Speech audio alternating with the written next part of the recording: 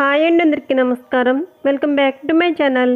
ఈరోజు వీడియోలో egg fried రైస్ను చాలా సింపుల్గా చాలా టేస్టీగా ఏ విధంగా తయారు చేసుకోవాలో ఈ వీడియోలో నేను మీకు చేసి చూపించబోతున్నాను.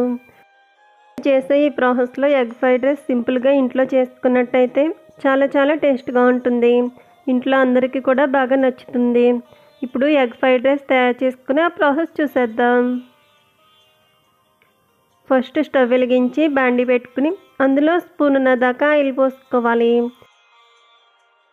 ఆయిల్ బాగా హీట్ అయిన తర్వాత మంటను మీడియం ఫ్లేమ్లోకి పెట్టుకుని 2 కోడిగుడ్లు తీసుకుని కొట్టుకుని పోసుకోవాలి. ఇప్పుడు గరిటెతో కదుపుకుంటూ ఈ ఎగ్ మిశ్రమాన్ని బాగా ఫ్రై చేసుకోవాలి.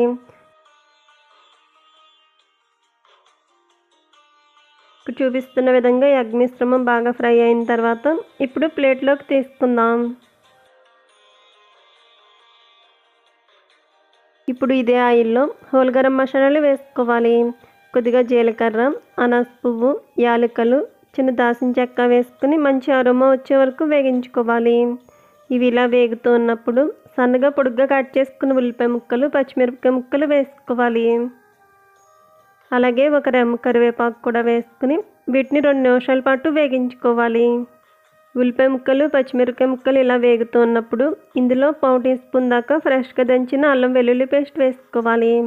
ఈ అల్లం వెల్లుల్లి పేస్ట్ని కూడా పచ్చివాసన పోయే వరకు వేగించుకోవాలి.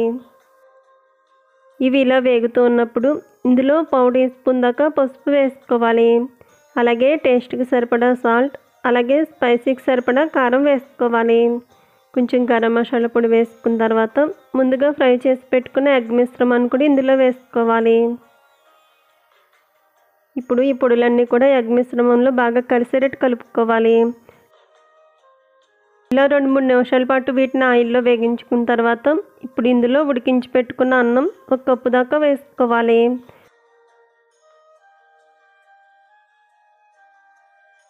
అన్నం వేసుకుని అంతా కూడా బాగా కలిసేటట్టు కలుపుకొని మరో 2-3 నిమిషాల పాటు ఫ్రై చేసుకుని స్టవ్ ఆఫ్ చేసుకోవాలి.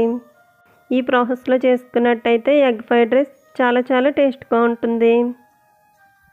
ఇలా ఇంట్లో ఉండే చాలా తక్కువ ఇంగ్రీడియంట్స్తో కూడా ఈ ఎగ్ ఫ్రైడ్ రైస్ ఇలా చేసుకున్నట్టయితే స్పైసీగా చాలా టేస్ట్గా ఉంటుంది. చూసారు కదా ఫ్రెండ్స్, మీరు కూడా తప్పకుండా ఈ ఎగ్ ఫ్రైడ్ రైస్ని ఇంట్లో ట్రై చేసి రుచి చూడండి, చాలా బాగుంటుంది.